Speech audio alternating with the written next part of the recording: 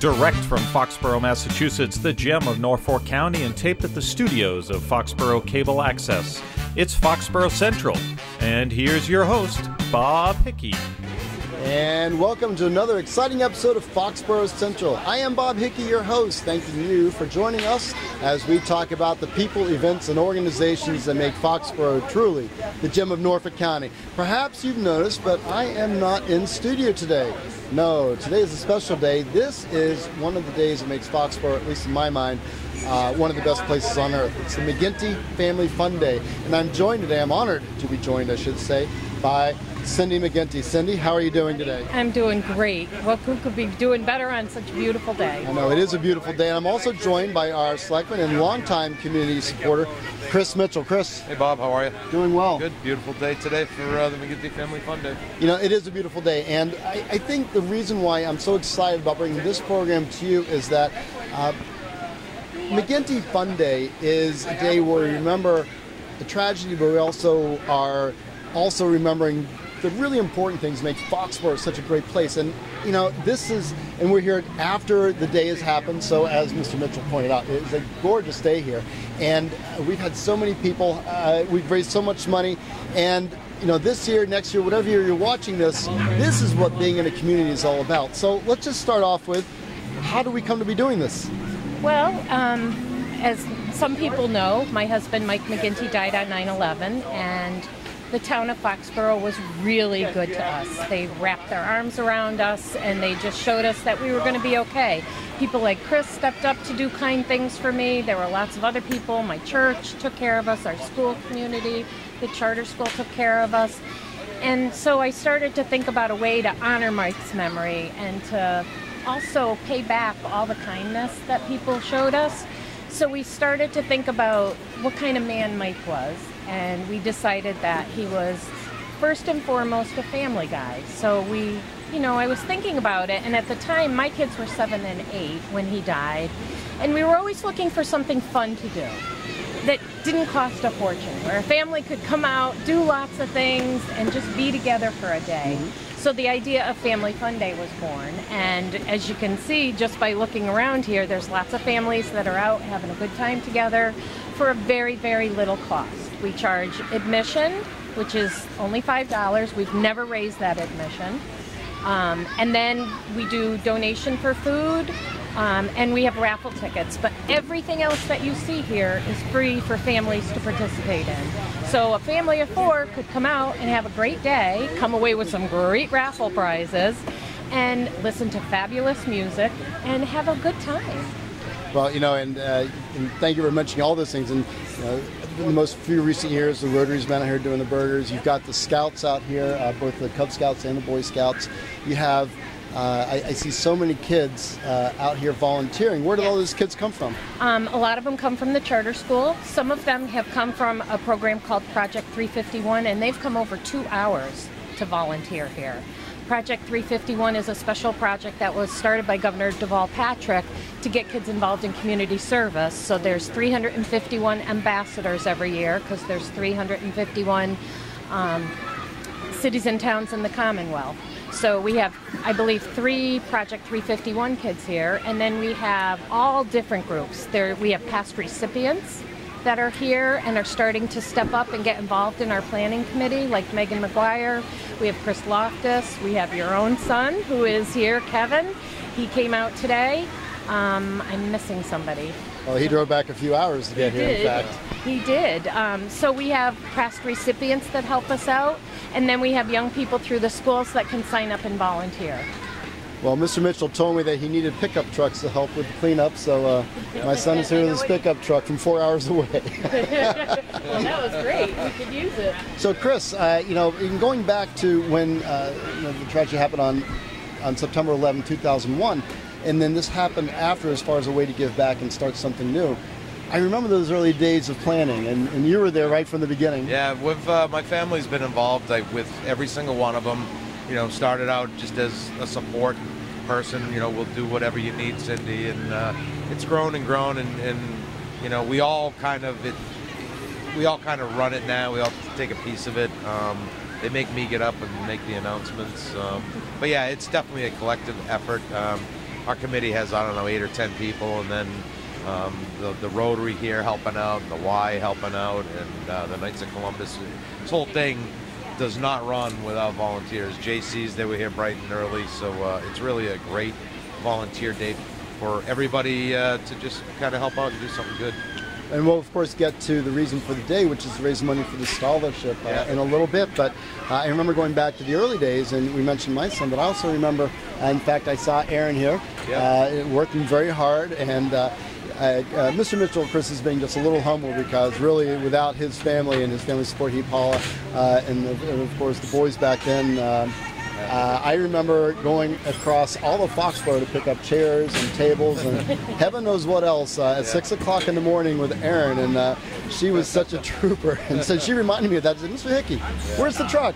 Yeah. My kids have always been voluntold from an early age that they were going to be, you know, and it's a good lesson for them to learn. My kids now love doing community service, no matter where they are. Patrick's out at Fort Lewis, and he's always the first one to volunteer, actually to get a pie thrown in his face by his you know, platoon, or, you know, wherever Johnny is, or Erin. Yesterday she took her 18 to 22-year-old special needs class out and did community service throughout the town of North Attleboro where she teaches. So I'm glad that I always had them doing community service work with me, and I never really forced it on them either. They enjoyed it, I enjoy it. It's just a good way to help people out. Well, community service is really a big part of what Foxborough is about, because, and I've said this many times, and you know, Chris Mitchell, of course, is now one of our selectmen, and gives so much to the community in that way. But even before that, when he had his business, he was giving, and that's actually how you first met him, because I think I remember hearing once or 9 times about seeing this man mowing your lawn. It's true. We had, you know, we briefly met Chris because my kids were in the Cub Scout troop, but I really didn't know who he was. And after Mike died, my biggest fear was that people would drive by my house and they would know where the widow McGinty lived just by looking at my lawn. Because who was going to mow it? Who was going to take care of the weeds and the grass and everything? And one day I looked out, and there's Chris Mitchell mowing my lawn. And I went out and I, you know, said to him, you know, hi, and what are you doing? And can I pay you? And he's like, nope, this is what I do. You go take care of your kids, and I'll take care of this. And he did it for 8 years. I had to move to get him to stop.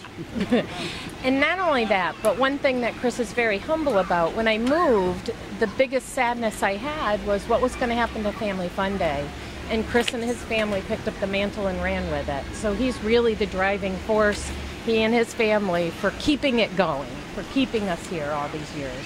Well, you know, and as we talk about our kids and as they grow older, I've grown up, and it seems just like yesterday when 9/11 happened, but if you think about it, we've raised a generation. Your kids are now of an age where they're out.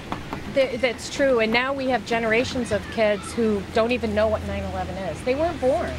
So it's very important to us to remember and pay honor and tribute, but remember it in a hopeful, positive way, because that's really what happened that day. You know, terrorists thought they were going to kill us. They were going to tear us apart. They were going to knock us down. But if you look at what happened, everybody rallied round and helped people. And in those moments afterwards, hope was born. And that's what we're trying to teach people and teach kids, that, yeah, something really bad happened, but something better happened in the moments afterwards. And, you know, I say this all the time. I'd give anything to have Mike here, but the joy and the community that I have felt and the love that I felt, you know, it's like a yin and a yang thing. I wouldn't have had any of that if this hadn't happened to us. And I wouldn't be the person that I am if it hadn't happened to us. So it's important for us to remember to teach the younger kids about what happened so they keep that hope there. Well, on that theme, and Foxborough, of course, as a community responded so well as far as, you know, not only reaching out to you, but also as a community. And Chris Mitchell, again, it just seems maybe it's in the cards that people who really are good folks get together. But in talking about this, I can't help but also think about the 9/11 project for the memorials, and Foxborough Never Forgets. And you, of course, are the driving force behind that entire project. And now even you've I don't say turn it into a career, but that's how your life has now gone to furthering that objective. Now you work with soldiers. Yeah. I work for an organization called Homes for Our Troops, and we build brand new homes for severely injured veterans that have been injured in Iraq and Afghanistan post 9/11. So, and actually, Cindy was the one that gave me the lead on the job there. So, but that's rewarding, and you know, these guys go over there, they raise their right hand, and you know, to defend and protect our country, and all of them, you know, without legs, you know, when they come back, they all say they go and do it again. So what we do is we raise money. We're private, no government funding. We raise money and we build them a brand new home anywhere they want to live in the country. And it's all accessible for their needs if they're in a wheelchair or, you know, don't have arms or blind. So this year we'll deliver our 200th home, and I gave Cindy a tour of our office the other day, and she's actually, I voluntold her to be a volunteer for us in Connecticut. So the voluntold thing is a running joke, because that's how I became involved in scouting. First night in, and my son coming in as a what do you call him? Tiger, yes, as a Tiger Scout. That was one of those things where everybody take a step back, and you've been voluntold. So from there, here we are. And you know, I make a little light of it, but it is wonderful to see how from a tragedy can grow hope in a future. And the path that you two have taken would certainly not have been the path had 9/11 not happened. And that's what I mean about the yin and the yang. Look at the wonderful people it brought into my life, you know, and you think about it, yeah, I mean, I miss Mike, but you know what? Nobody goes through life unscathed. Everybody has their tragedy. Ours is no different than anybody else's, except for it was very public. But it's what you do with it that really matters. And Chris was turned into a big mentor for me, because I saw how he lived his life and the help that he gave me. And you know, those are big shoes to fill. But I know that we would not be here without people like Chris and like you and like the town of Foxborough and Bethany Church and the school. I mean, it takes a village. It takes a village. And of course, I'm here with Cindy McGinty and Chris Mitchell, who have been working very hard today. It's been a gorgeous day out here at the McGinty Family Fun Day. As you're watching this, we're either getting ready for another Family Fun Day, or we're just wrapping up one. So either way it went, I hope you enjoyed it. I hope you will come out and enjoy it. It's always sunny on these days, is it not? Yeah, Mike, we always have a rain location. We've never used it, and we never will, because Mike McGinty always provides a perfect day. And I just want to add one thing, that the scholarships that we give out, it's all based on community service. We have given out over $90,000 worth of scholarships already, and you know, after today's record turnout of people, we're just going to keep going each year doing it, because people like it, you know. A lot of new families in Foxborough introduced themselves to me and said this was awesome, we're going to be here next year, so that's what it's all about. Well, and I've got one of the old volunteer shirts on. You have one of the nice new ones. Yes, and of course the dragonfly was adopted by Cindy, and you know, as the phoenix rises, so does the dragonfly, and I've always, in the necklace and everything. So, Cindy, let's talk about the scholarships. And of course, as we talk about this, remember that donations can always be made to the McGinty Scholarship Fund. There's 2 scholarships that are given out every year, correct? Yes, we give out 2 $2,500 scholarships, one to a boy, one to a girl, that are graduating high school seniors involved in community service that are Foxborough residents. So you don't have to go to Foxborough High. You can go to any high school of your choosing. We have an application.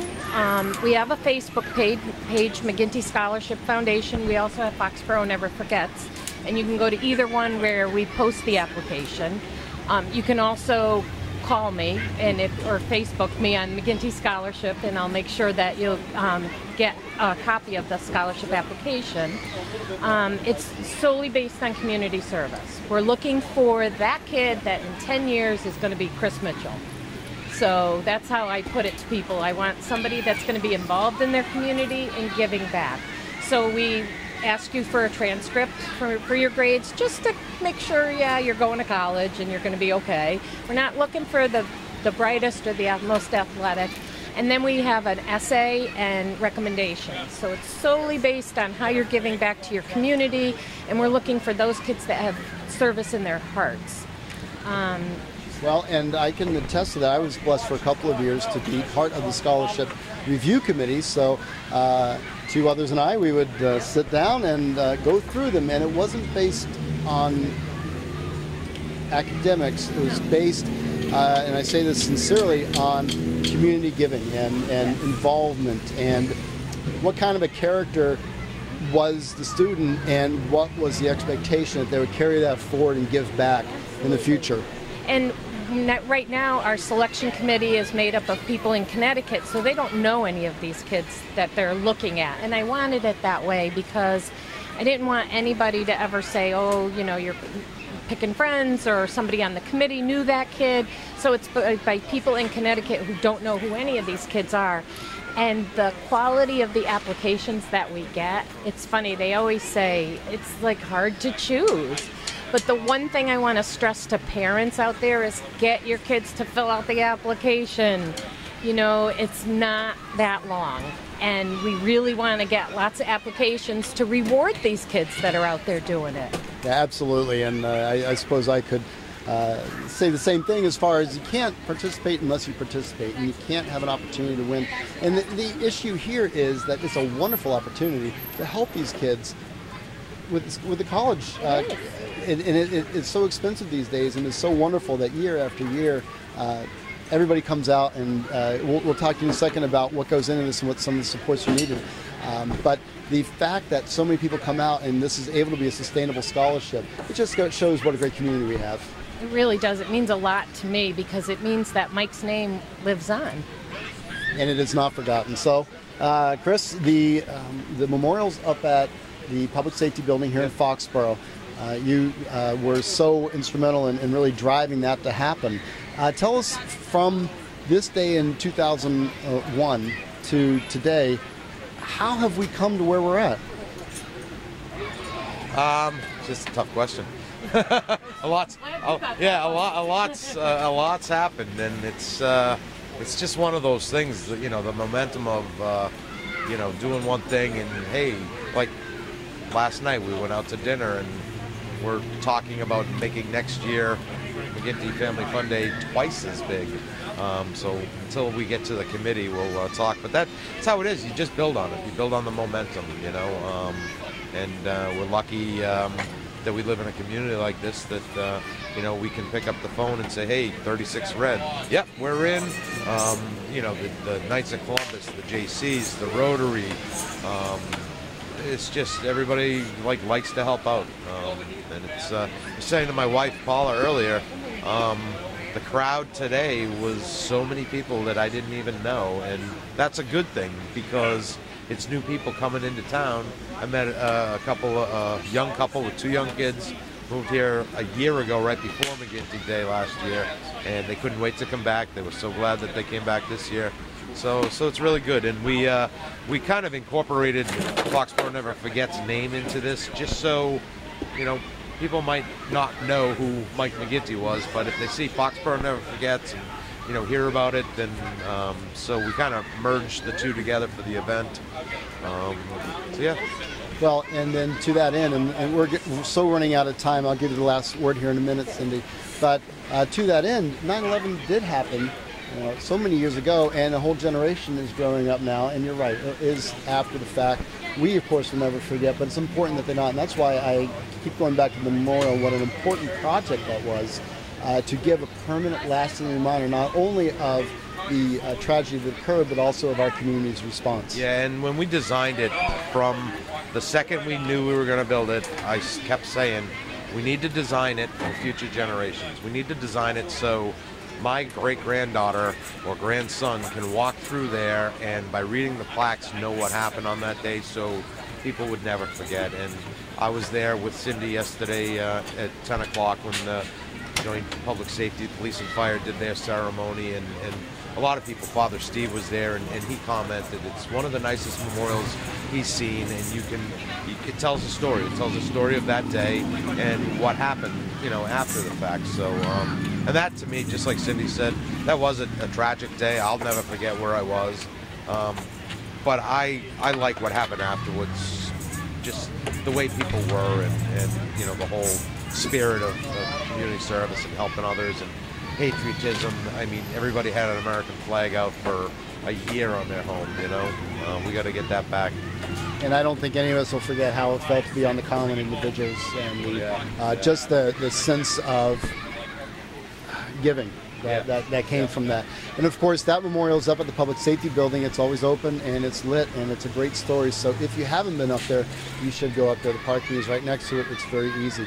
So Chris Mitchell, it's been great talking to you. How can we get in touch with you if we need to learn more about the Home for Troops? Yep. Actually, you and I got to do a show on that one day. Oh, maybe we will. Yeah. Homes for Our Troops. It's www.hfotusa.org is our website. You can email me at cmitchell@hfotusa.org or my Mitchell for Foxborough @gmail address, or ask Bob Hickey as my cell phone number. You can always reach out to me. I'm down at Foxborough Cable Access. Chris Mitchell is one of our selectmen. You can also get him on the town website. He's one of the easiest men to get a hold of, and it's well worth the time to just get to know him and learn how you can help be a member of the Foxborough community, even more than you are today. But of course, we're going to talk to Cindy about the last piece that she wants to tell us. Before we do that, just want to hope to see you at a future McGinty Family Fun Day. This is truly a moving experience. It's a wonderful day for the kids. There's so much free activity out here today. There's a small donation to be made for a great cause. It's a super cause. The scholarship goes to local kids, and it really goes towards the right kids who are going to make a difference in our community tomorrow. So Cindy, talk to us. Well, I want to encourage everybody to come out to Family Fun Day. It really is a good time. Doesn't matter if you're old, you're young, whatever, in between. Come on out, listen to music, have some food, help us support kids who are active in community service. And also, remember kids, I want you to send us your scholarships, get the application and mail it into the McGinty Scholarship Foundation. You can also still make donations, even if you haven't shown up today and you want to make a donation to the McGinty Scholarship Foundation, by sending it to McGinty Scholarship Foundation, Post Office Box 626, right here in Foxborough, 02035. 02035. So Cindy, thank you so much for taking the time to join me today, and thank you for coming back to Foxborough year after year to allow us to honor Mike's memory and to continue to make new ones as we do the McGinty Scholarship. This is where I want to be. I still think of this as my home. And Chris, thank you so much for coming out.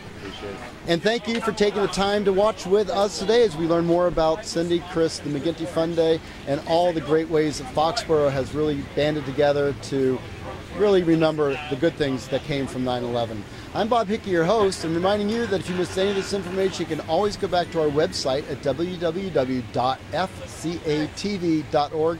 Click on the videos, click on the other videos, find Foxborough Central. All that information will be there, as it always is for you folks. I hope you really enjoyed this show. I want to thank particularly my cameraman, my producer, and the guy who gives it all, Paul Beck. On behalf of all the volunteers at Foxborough Cable Access, have a great day, folks. Bye-bye.